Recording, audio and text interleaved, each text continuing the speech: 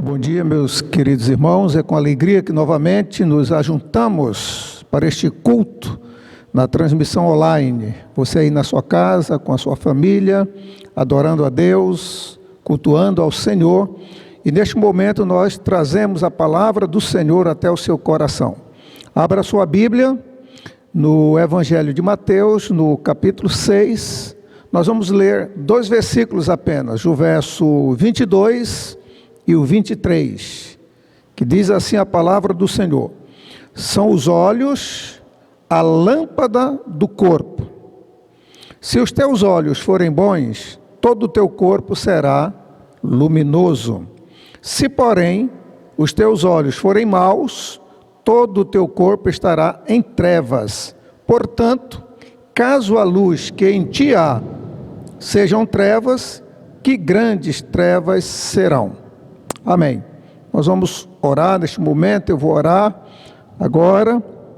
Pai bendito, nós louvamos o teu santo nome. Agradecemos este momento de culto, este momento de celebração, essa oportunidade agora que temos de expor a tua santa palavra, de ouvir, ó Deus, a palavra do Senhor, que foi lida e que agora será explanada aos nossos corações. Edifica, Senhor, as nossas vidas nesta manhã, com a Tua graça, e agora mediante a explanação da palavra do Senhor, palavra que é viva e eficaz, palavra que alimenta a nossa alma, o nosso coração e a nossa fé. Oramos assim agradecidos em nome de Cristo Jesus. Amém. Meus irmãos, nós percebemos aí nesses 2 versículos que foram lidos, o verso 22 e o verso 23, que vai falar do olho bom e do olho mau. O que Cristo de fato está fazendo aqui é anexando, colocando estas palavras que irão falar sobre os olhos, anexada a que ele já havia falado anteriormente sobre o tesouro no céu e o tesouro na terra. E é uma palavra que Jesus vai colocar um pronunciamento difícil, como ele vai estar colocando aí, apresentando os olhos como a lâmpada do corpo. Essa expressão se acha também em Lucas 11:34. Os olhos, eles eram considerados pelos antigos como as janelas pelas quais a luz entrava no corpo. E se os olhos estivessem em boas condições, que eram tidos aí como metáforas, como janelas, então todo o corpo estaria iluminado, receptivo aos benefícios que a luz pode comunicar.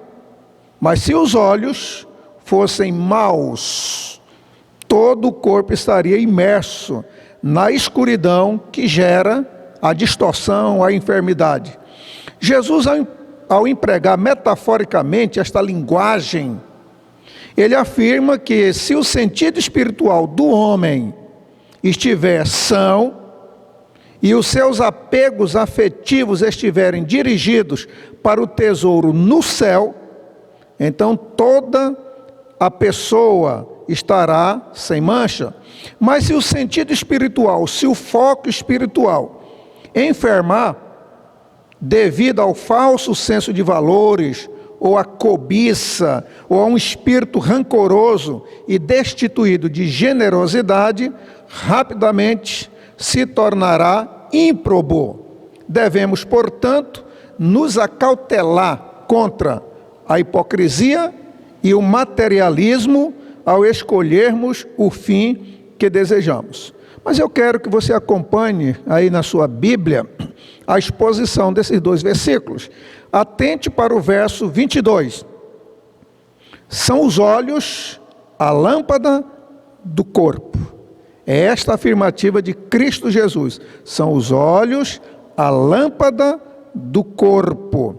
Jesus passa da comparativa durabilidade dos 2 tesouros para o benefício relativo das 2 condições. O contraste agora é entre a pessoa cega e uma pessoa que tem visão. E, consequentemente, entre as trevas e a luz, em que elas respectivamente vivem.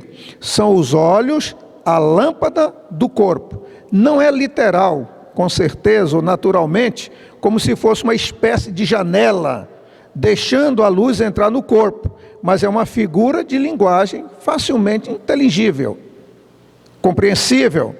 Quase tudo que o corpo faz, ele depende da capacidade de ver, da nossa capacidade de enxergar. Nós precisamos ver para correr, precisamos ver para pular, precisamos ver para dirigir, embora nesse momento, quando me dirigia para cá, quase não enxergava por causa de tanta água que estava chovendo.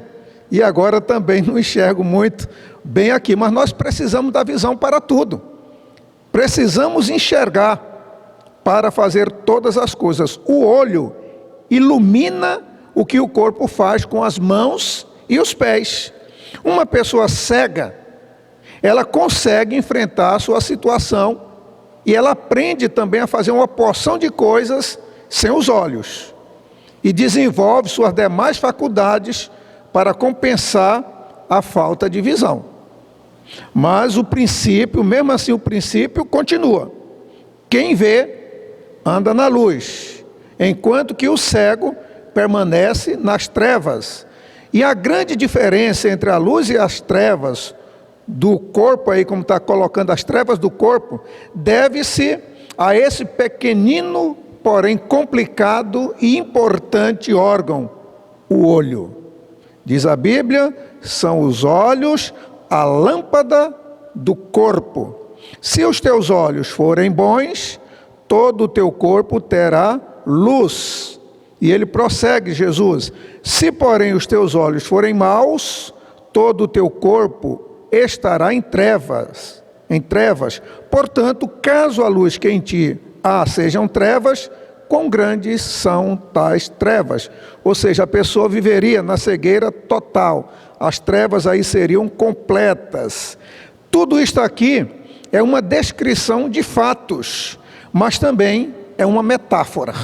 É uma verdade, mas é uma metáfora. E Jesus está usando isto aqui como metáfora. E com bastante frequência, o olho nas Escrituras equivale a coração. Por exemplo, colocar o coração e fixar os olhos em alguma coisa são sinônimos para a Bíblia. Olha o que diz o Salmo 119, verso 10. De todo o coração te busquei, não me deixes fugir aos teus mandamentos. E ainda, no verso 18, desvenda os meus olhos para que eu contemple as maravilhas da tua lei. Então, olho e coração na Bíblia constantemente são utilizados como sinônimos. De modo semelhante, aqui no Sermão do Monte, Jesus passa da importância de se ter o coração no lugar certo. Porque ele diz, onde estiver o teu tesouro, aí estará também o teu coração. E ele está usando como equivalente, como olhos também. Ele passa da importância de nós termos o nosso coração no lugar certo, para a importância de ter os olhos bons e sadios. Olhos bons e olhos maus, é o que ele vai tratar aí. A argumentação, ela parece ser esta, o que Cristo está dizendo. Exatamente como os nossos olhos afetam todo o nosso corpo, a nossa ambição, a nossa aspiração, ou seja, onde nós fixamos os nossos olhos, ou onde nós colocamos o nosso coração, isso afeta toda a nossa vida. É exatamente como a cegueira, que leva às trevas. A ambição ignóbil, ela é uma cegueira. A ambição egoísta, ela é uma cegueira. Por exemplo, ajuntar tesouros para nós na terra. É o que Cristo falou anteriormente. Faz-nos mergulhar nas trevas morais. Se tivermos uma ambição ignóbil e egoísta, nós ficamos intolerantes, desumanos, grosseiros, despojando a vida de seu principal significado. Porque a vida não consiste nos bens que uma pessoa tem. Exatamente como o olho que vê a luz, que dá luz ao corpo, uma ambição nobre e sincera, por exemplo, de servir a Deus e aos homens, aumenta também o significado da vida e lança luz sobre tudo o que nós fazemos. Tudo é uma questão de visão, de foco. Se nós temos visão física, nós podemos ver o que estamos fazendo e para onde nós vamos. Da mesma maneira, da mesma forma, se nós temos uma visão espiritual, uma visão nítida da graça de Deus, da glória de Deus, se a nossa perspectiva espiritual está devidamente ajustada, focada nos tesouros celestiais, então a nossa vida fica cheia de propósito e de incentivo para viver. Todavia, se a nossa visão se torna anuviada, embaçada pelos falsos deuses e pelo materialismo, e nós perdemos assim o nosso senso de valores, então toda a nossa vida fica em trevas e não podemos ver para onde vamos. Talvez a ênfase esteja na perda da visão, aqui nesse texto, causada pela ganância, porque de acordo com o conceito bíblico, olho mau é um espírito sovina, avarento, e um olho bom é um olho generoso. De qualquer forma, Jesus acrescenta novos motivos para ajuntarmos um tesouro no céu. O primeiro é a sua grande durabilidade. O segundo resulta dos benefícios atuais aqui na terra de uma visão assim, de uma visão boa.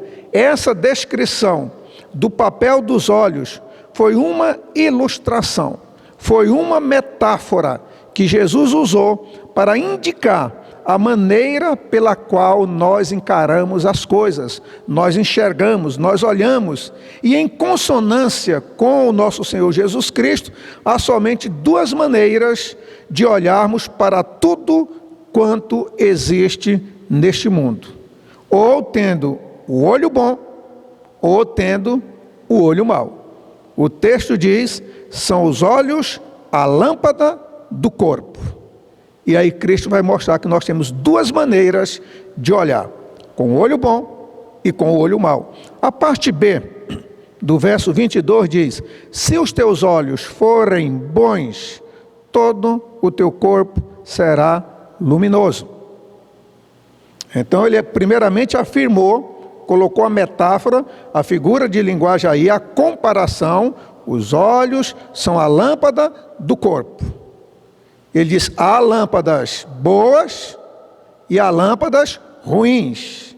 Se a lâmpada do teu corpo, que são os olhos, forem bons, ou seja, se teus olhos forem bons, todo o teu corpo será luminoso. Os olhos espirituais são os olhos bons, que enxergam as coisas conforme elas realmente são, sem qualquer visão dupla, são claros e veem as coisas com normalidade, ou seja, com nitidez. No texto em análise, aqui o verso 22 e 23 também, como já falei, Jesus passa da importância de se ter o coração no lugar certo, ou seja, o tesouro no céu, para a importância de se ter os olhos bons, olhos sadios. A argumentação é esta: exatamente como nossos olhos afetam todo o nosso corpo, a nossa ambição, onde nós fixamos os olhos, o nosso coração, isso afeta também toda a nossa vida. Como já disse, é exatamente como o olho que vê e que dá luz ao corpo, assim também a ambição nobre, ela aumenta o significado da vida e lança luz sobre tudo o que nós fazemos. A ideia que está por trás desta passagem, ela é simples, ela não é complicada. O olho, como já disse, é considerado aqui como a janela por onde entra a luz que ilumina a totalidade do corpo. A cor, o estado da janela, são os que decidem quanta luz receberá uma habitação. Se a janela, por exemplo, estiver limpa, for de cor clara, o vidro não distorce a imagem. Porém, a habitação será inundada por uma luz que iluminará todos os cantos. Se o vidro, portanto, da janela aí, que ele está usando, ou a cor for uma cor escura, ou estiver chamuscado aí, isso daí vai obstacularizar a entrada e vai distorcer toda a visão. De modo que a qualidade da luz que entra em uma habitação depende do estado da janela, ou seja, de atravessar a luz para iluminar aquele cômodo. Bom, ele usa metáfora, é uma figura de linguagem. Os olhos são a janela do corpo, os olhos são a lâmpada do corpo. E eu falei que há vários tipos de janelas. Aqui mesmo onde eu estou, tem várias janelas, com a vidraça não tão nítida, cristalina, que pode obstacularizar a visão. Mas a pergunta que eu faço é o seguinte: quais são os fatores, já que os olhos, como o texto está dizendo aí, são a janela do corpo, são a lâmpada, por onde vai iluminar, por onde vai entrar, né, a percepção com que nós vemos e enxergamos as coisas. Cristo já tinha dito: não foque os olhos de vocês em tesouros da terra ou na terra, onde traça, ferrugem, ladrão vão minar, vão tomar de vocês, mas coloquem no céu, onde nada disso vai tirar.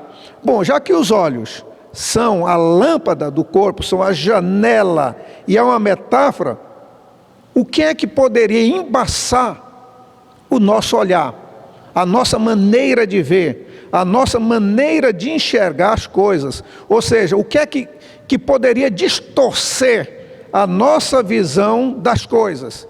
De eu olhar para uma pessoa e a ver como pessoa com dignidade, ou olhar e ver de uma outra forma. E aqui eu enumero algumas coisas, assim como a janela pode estar embaçada, pode estar suja, com várias coisas que podem obstacularizar os nossos olhos, nesse sentido, como Cristo está colocando aqui também, que é a janela para a alma, há alguns impedimentos. E o primeiro que eu coloco aqui é o preconceito. O preconceito, ele pode alterar a nossa visão. Não há nada que seja tão capaz de destruir a nossa capacidade de julgamento como os preconceitos que nós temos. Eles impedem de formar opiniões claras, razoáveis, lógicas, que são o nosso dever. O preconceito nos cega. Cega para a realidade dos fatos e para o significado deles. Quase todos os novos descobrimentos, eles tiveram que abrir caminhos, lutando contra irracionais preconceitos estabelecidos. Por exemplo, nós estamos aí, a nação, o Brasil todo, em uma luta contra esta pandemia, contra este vírus, o coronavírus. E aí, dependendo do medicamento que se indica para tomar, para combater, às vezes até em laboratório, em casa, este mal, este vírus, as pessoas já olham com preconceito por quem indicou. E depois, lá na frente, uma outra pessoa indicando o mesmo medicamento, o mesmo tratamento. Hoje, então, já se diz: não, é isso que nós devemos fazer, uma vez que outras pessoas já haviam dito antes. Então, o preconceito, ele pode obstacularizar a nossa maneira de ver, de enxergar e de julgar as coisas. Como eu disse, todos os novos descobrimentos tiveram que abrir caminhos, lutando contra irracionais preconceitos estabelecidos. Se há de se descobrir um remédio, uma vacina ou qualquer coisa contra o coronavírus, ele vai atravessar por muitos preconceitos ideológicos, políticos, pessoais, até que se chegue lá. Quando James Simpson descobriu as virtudes do clorofórmio, ele teve que lutar contra os preconceitos religiosos e lutar contra médicos também da sua época. Um de seus biógrafos escreve: o preconceito, a paralisante determinação de percorrer somente os caminhos conhecidos, levantou-se contra ele e fez todo o possível para neutralizar os efeitos dessa nova bênção, que era o clorofórmio. Muitos clérigos sustentaram que o intento de libertar a mulher de sua maldição primitiva era lutar contra a lei divina. Uma das coisas mais necessárias na vida, ou seja, para cada um de nós, é um exame ousado que seja capaz de nos demonstrar, de mostrar a cada um de nós quando atuamos a partir de princípios válidos e quando nós somos também vítimas dos nossos preconceitos irracionais aí para julgar uma pessoa. Qualquer homem que seja miserável por seus preconceitos tem olhos que obscurecem e distorcem sua visão e realidade. Uma outra dificuldade, o ciúme. O ciúme pode alterar a nossa visão. Shakespeare, ele nos deu uma expressão clássica desta paixão na tragédia de Otelo. Otelo, um mouro que se tornou famoso por seus atos de valentia, casa-se com Desdémona. E esta o ama muito. O ama com total dedicação e completa fidelidade. Como general do exército de Veneza, Otelo promove a Cássio em lugar de promover. Ele promove Cássio em lugar de promover a Lago. Este, no caso Lago, é consumido por ciúme e mediante uma meticulosa tramóia, uma mentira, mas movido por ciúme aí, ele distorce os fatos para o seu próprio benefício. Ele semeia na mente de Otelo suspeita a respeito da fidelidade de sua esposa Desdémona. E movido pelo quê? Movido por ciúme. Ele inventa, ele causa uma tramóia aí, inventa evidências para demonstrar aí suas afirmações. E com isso ele consegue acender em Otelo uma paixão de ciúme tão desmedida que este termina assassinando a Desdémona, a sua própria esposa, Desdémona, afogando-a com um travesseiro. Mas quem causou isso? Lago. Movido pelo quê? Por ciúme. O ciúme pode distorcer a nossa visão das coisas. O preconceito também. O orgulho pode alterar a nossa visão.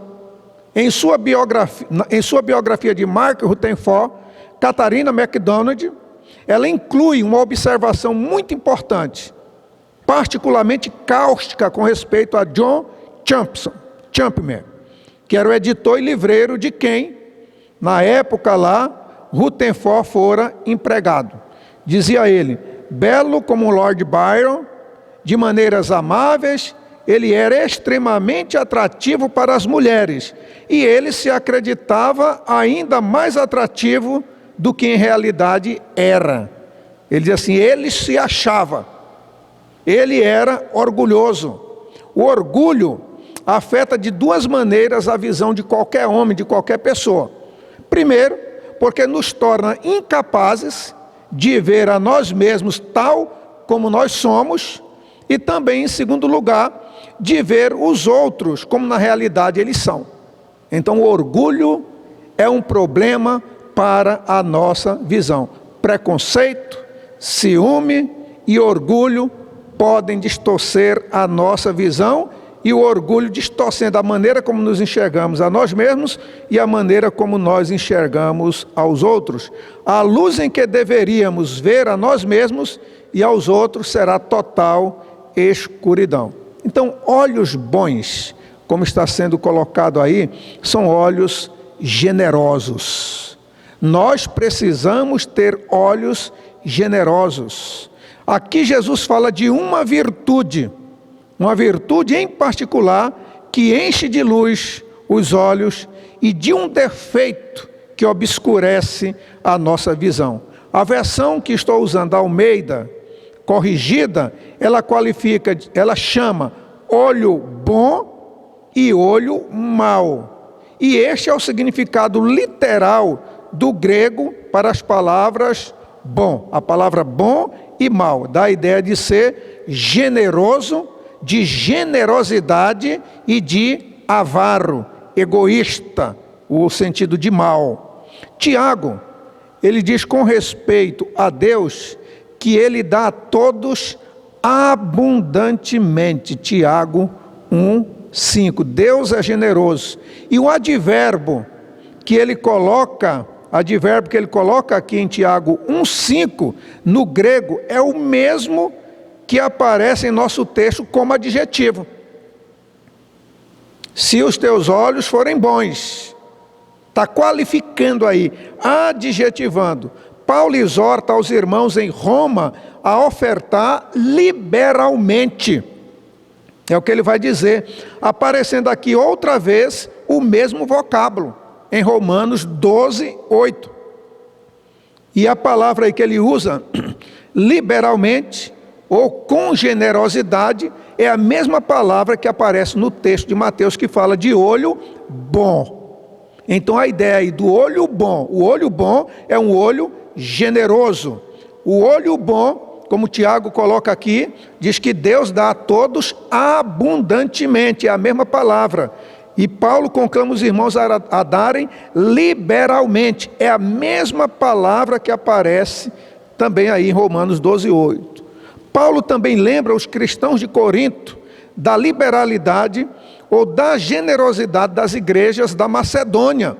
E ele fala de sua própria generosa beneficência com todos os necessitados, que diz que na sua pobreza, segundo aos Coríntios 9:31, deram liberalmente ou generosamente, é a mesma palavra. Então, para obter um texto fiel ao original, nós devemos traduzir aqui generoso em lugar de bom ou simples. Jesus elogia o olho generoso. Então a tradução seria essa: se os teus olhos forem generosos, forem bons, todo o teu corpo terá luz. Vamos para o verso 23. A figura, como eu disse, ela é simples. É um fato, é uma verdade que Jesus está colocando, mas é uma metáfora. Ele diz: são os olhos a janela do corpo. Ele fala de olhos bons. O que são os olhos bons? Olhos generosos. E o que são os olhos maus? Verso 23. Se, porém, os teus olhos forem maus, todo o teu corpo estará em trevas. Portanto, caso a luz que em ti há sejam trevas, que grandes trevas serão. Olhos maus. É o que o texto vai colocar aqui. Os olhos maus são os olhos dotados de uma espécie de dupla visão, cujos cristalinos estão embaçados, onde há pontos nebulosos, pontos opacos, vendo todas as coisas de maneira ofuscada. Ter olho mau significa ter uma visão distorcida das coisas. O indivíduo que pode focalizar ambos os olhos claramente em um determinado objeto e ver sem distorção, ele tem olhos bons. Mas o que não tem capacidade de focalizar ambos os olhos tem uma visão distorcida. Os judeus usavam o olho figurativamente no sentido moral. O problema físico da visão distorcida ensinavam aos judeus uma verdade espiritual profunda. O homem pode ter uma visão pervertida das coisas e não entender sua verdadeira natureza, seus verdadeiros valores ou sua verdadeira dignidade. Assim como falei, ter olho bom é ter uma visão clara, não distorcida, uma perspectiva adequada. O contrário disto é uma visão dupla, ou seja, um ponto de vista distorcido. Este conceito judaico, ele provinha de diversas passagens do Antigo Testamento, nas leis que regem a conduta social dadas por Moisés aos filhos de Israel.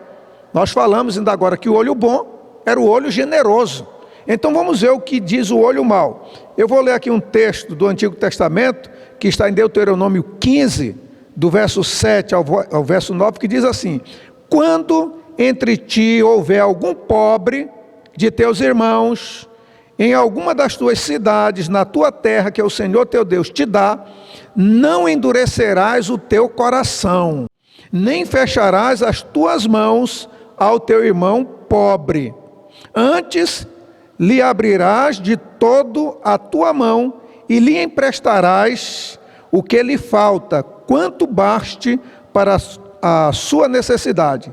Aí continua o texto: guarda-te que não haja pensamento vil no teu coração, nem digas: está próximo o 7º ano, ano da remissão, de sorte que os teus olhos sejam malignos para com teu irmão pobre, e não lhe des nada, e ele clame contra ti ao Senhor, e haja em ti pecado. Então veja o ensinamento de Moisés, olho como sendo coração, olho bom, olho maligno. Moisés ensina aos filhos de Israel que eles tinham a responsabilidade para com o irmão necessitado, de serem generosos. Se a necessidade de um irmão chamasse a atenção de alguém, e esse lhe fechasse o coração e recusasse a dar ou ajudar, tal pessoa, diz Moisés, tinha um coração perverso, um coração maligno. Esse indivíduo estava cego e a sua visão estava distorcida pelo quê? Pela ganância. Coração mau, coração duro, olho, como ele diz, maligno, a pessoa dominada ali por uma visão de ganância. Admitia a necessidade do irmão, mas amava tanto a sua posse, ao ponto de se recusar a ajudar o irmão na necessidade. Moisés disse que essa atitude prova que a pessoa tem um coração mau, que a pessoa tem um olho mau, da mesma maneira que revela a visão distorcida das coisas e reflete então a perversão moral. Esse mesmo ensinamento, essa mesma verdade, ela aparece também em Provérbios 23, 6 e 7, que diz: não comas o pão daquele que tem olhos malignos, nem cobices os seus manjares gostosos, porque como imaginou na sua alma, assim é. Ele te dirá: come e bebe, mas o seu coração não está contigo. Assim como o homem imagina no seu coração, assim ele é. Provérbio diz: não coma o pão daquele que tem olhos malignos, não cobiças os seus manjares, porque o coração dele não está contigo. Salomão aqui está falando de banquete, de um homem rico, e diz: se ele tiver olhos malignos, ressentir-se-á do alimento que você come, e o coração dele será controlado pela amargura. Ele pode ter abundância, mas chora o que você come. Por isso Salomão diz: não comas o pão daquele que tem olhos malignos. Olho maligno, então, falava do quê? De uma visão distorcida do valor das coisas, da falta de generosidade. Essa mesma verdade vai aparecer ainda em Provérbios 28, 22, que diz: aquele que tem olhos invejosos corre atrás das riquezas, mas não sabe que há de vir sobre ele a penúria. Então, aquele que tem olhos invejosos, olhos malignos, se os teus olhos forem maus, todo o teu corpo vai estar em trevas. Diz que quem tem olhos invejosos corre atrás das riquezas, mas ele não sabe que virá sobre ele, sobre a sua riqueza, a penúria, porque ele está juntando tesouro na terra. O homem que se curva a qualquer esforço para acumular bens materiais, ele tem um olho mau, ele tem uma visão distorcida do valor da permanência da riqueza. Ele acha que reterá a riqueza para sempre, e ele não percebe que nada trouxe para este mundo e que não poderá levar nada daqui. Ele toma o que é passageiro e atribui um valor eterno. ele tem um olho mau. Ele não vê, ele não enxerga a essência da coisa ou das coisas. Isso é uma visão distorcida, disse Salomão, e revela o quê? Um olho mau. Então, desses textos de Provérbios, de Deuteronômio, textos do Antigo Testamento, nós vemos que, embora as palavras do Senhor nos pareçam estranhas, quando ele diz: se os teus olhos forem bons, se os teus olhos forem maus, porque está usando a mesma expressão idiomática aqui, na mente dos seus ouvintes, elas continham um conceito bem firmado. Eles entendiam perfeitamente isso daí, o que era o olho bom e o que era o olho mau. Nosso Senhor diz: são os olhos a lâmpada do corpo. É o olho que traz luz, de modo que nós podemos ver. E nosso Senhor ensinou então aqui a lição moral, uma lição ética, de que se não houver luz vinda de Deus, se não houver luz vinda dos céus, não pode haver uma interpretação adequada do verdadeiro valor das coisas. Nós não teremos uma visão boa se não tivermos o brilho celeste, a luz que vem do céu. Até que a luz de Deus brilhe em nós, ou até que a luz de Deus brilhe sobre algo, nós não conhecemos o seu verdadeiro caráter, o seu verdadeiro valor. Ora, visto que os judeus, eles tinham uma opinião distorcida do valor dos bens materiais, nosso Senhor então teve que dizer: se porém os teus olhos forem maus, todo o teu corpo estará em trevas. Aquilo que os judeus julgavam ser bênção de Deus, Jesus disse que era prova de uma visão distorcida das trevas interiores. Os rabinos haviam ensinado que o meio de conservar a saúde da alma era dar generosamente, era ter um coração bom. Ser avarento, para os rabinos, era distorcer a visão. Se alguém era avarento, o olho da alma para os rabinos estava cego. Porém, os fariseus ignoravam o ensinamento dos rabinos. E nosso Senhor disse que eles estavam em cegueira ou em trevas. Mas os rabinos ensinavam esta verdade, que os olhos para ser bons precisavam ser generosos. Se a pessoa não tiver visão correta das coisas materiais, ela vai ter uma visão distorcida da vida como um todo. Se ela tem visão dupla concernente às coisas materiais, adotará um conjunto de alvos inteiramente falsos para a vida. Mais cedo ou mais tarde, essa pessoa se sujeitará às coisas materiais e a elas se escravizarão. A ganância pelas coisas ou pelo dinheiro é um senhor muitíssimo implacável. Mamon é um senhor implacável.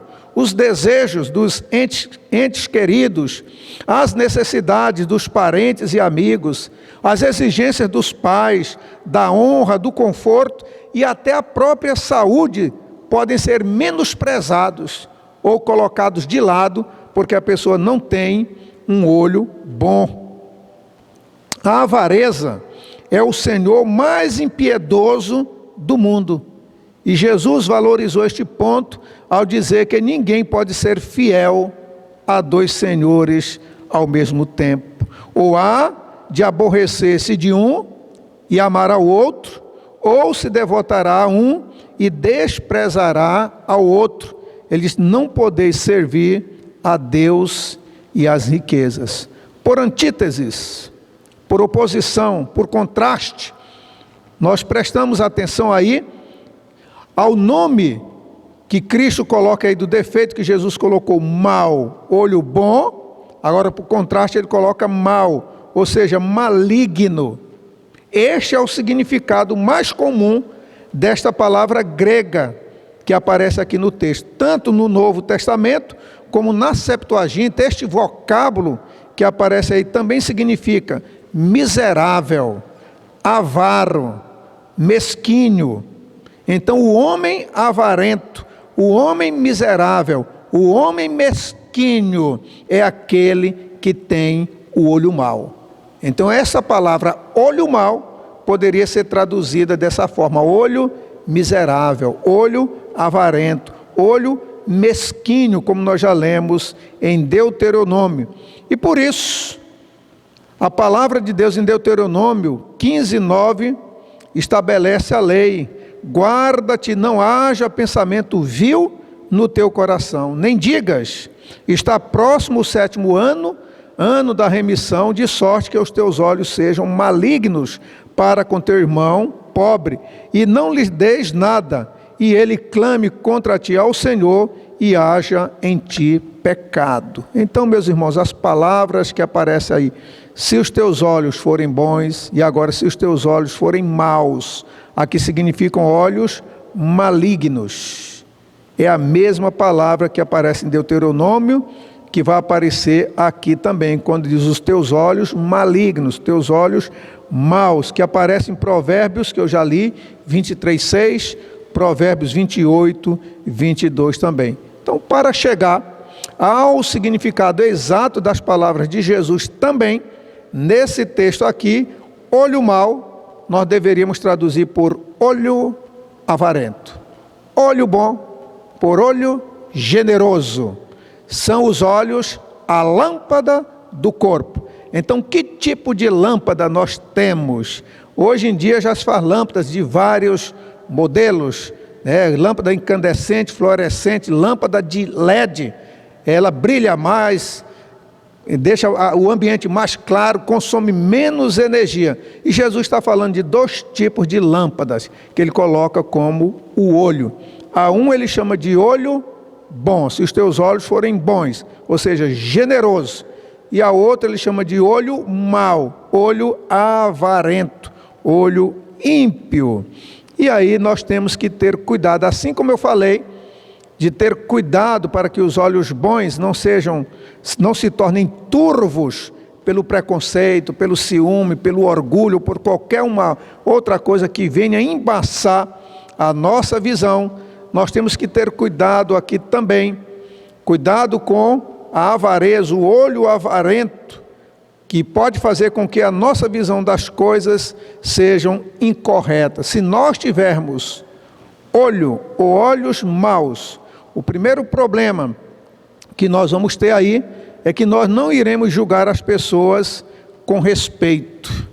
Para julgarmos adequadamente, nós precisamos ter olhos generosos. E os olhos generosos nos levarão também a ações generosas, a fazer o bem às pessoas. Há 3 grandes males do espírito pouco generoso, ou seja, do olho maligno ou do olho avarento. Quais são os grandes problemas? Se os teus olhos forem maus, todo o teu corpo estará em trevas. Então o olho avarento, quem tem o olho avarento, é impossível viver consigo mesmo. Ou seja, quem inveja permanentemente o êxito dos outros, diminuindo o seu, apesar de que um pouco de generosidade poderia repartir a felicidade aos outros, então essa pessoa fecha o coração frente às necessidades imperiosas dos outros. Este homem, segundo a Bíblia, é um homem avarento. Em seu interior crescem uma amargura e um ressentimento que lhe priva de toda a felicidade e que roubam sua paz e destrói sua alegria. Então é impossível quem tem o olho avarento viver consigo mesmo. É impossível também viver com os demais. O avaro é aborrecido por todos. Não há indivíduo mais desprezado do que aquele que tem um coração avarento ou miserável. A caridade, o amor, diz a Bíblia, cobre uma multidão de pecados. Mas o espírito ambicioso torna inútil uma multidão de virtudes. Por mais mal que seja o homem generoso, sempre há quem o ame. E por melhor que seja o avaro, o avarento, todos detestam. Ninguém gosta do avarento. E por último, o avarento também, É impossível de viver bem com Deus. Não há ninguém tão generoso como Deus, como diz Tiago, que a todos dá liberalmente. E não pode haver comunhão entre dois seres que fundam sua existência em princípios diametralmente opostos. Se Deus é generoso, todo generoso, o homem avarento não pode conviver bem com Deus. Não pode haver comunhão entre o Deus que vive inflamado por um profundo amor, por uma profunda generosidade, e o avarento, cujo coração está congelado pela mesquinharia, pelo pessimismo. O olho avarento distorce a nossa visão. O olho generoso é o único capaz de ver com clareza, porque é o único capaz de ver como Deus vê.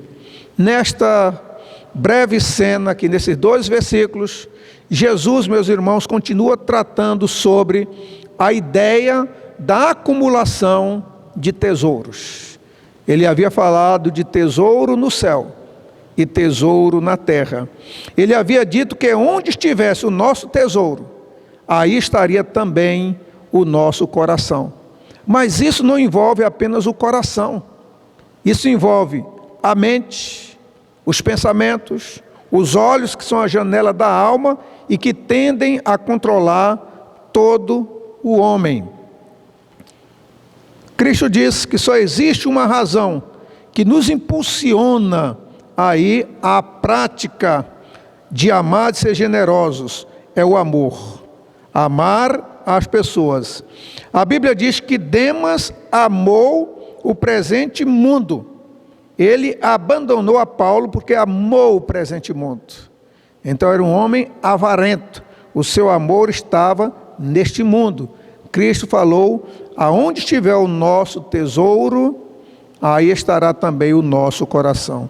Disse Jesus: algures, acautelai-vos por vós mesmos, para que nunca suceda que os vossos corações fiquem sobrecarregados com consequências da orgia, da embriaguez, das preocupações deste mundo, e para que aquele dia não venha sobre vós repentinamente como um laço, pois há de sobrevir a todos os que vivem sobre a face de toda a terra. Vigiai, pois, a todo tempo, orando, para que possais escapar de todas estas coisas que têm de suceder, e estar em pé na presença do Filho do Homem. Lucas 21, de 34 até o 36.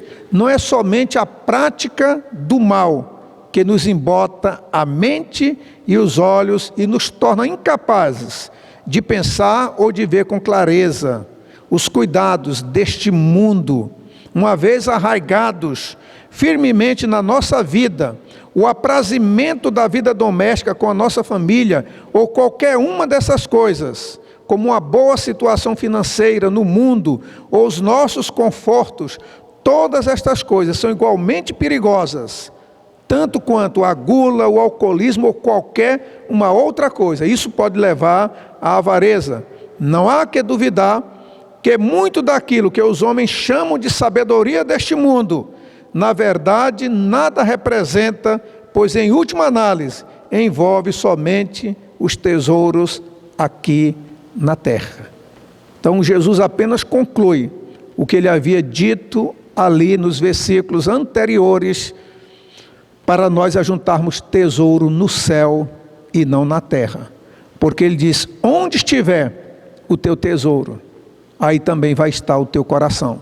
E agora ele coloca: os olhos são a janela ou as janelas da alma.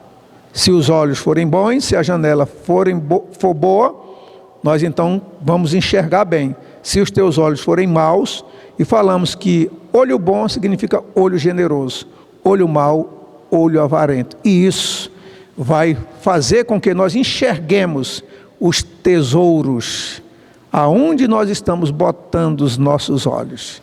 O que é que nós estamos enxergando? Nós vamos orar neste momento, pedindo a Deus que possa nos dar da sua graça mais e mais, a cada dia, para que nós busquemos os tesouros no céu, acumulemos tesouro no céu.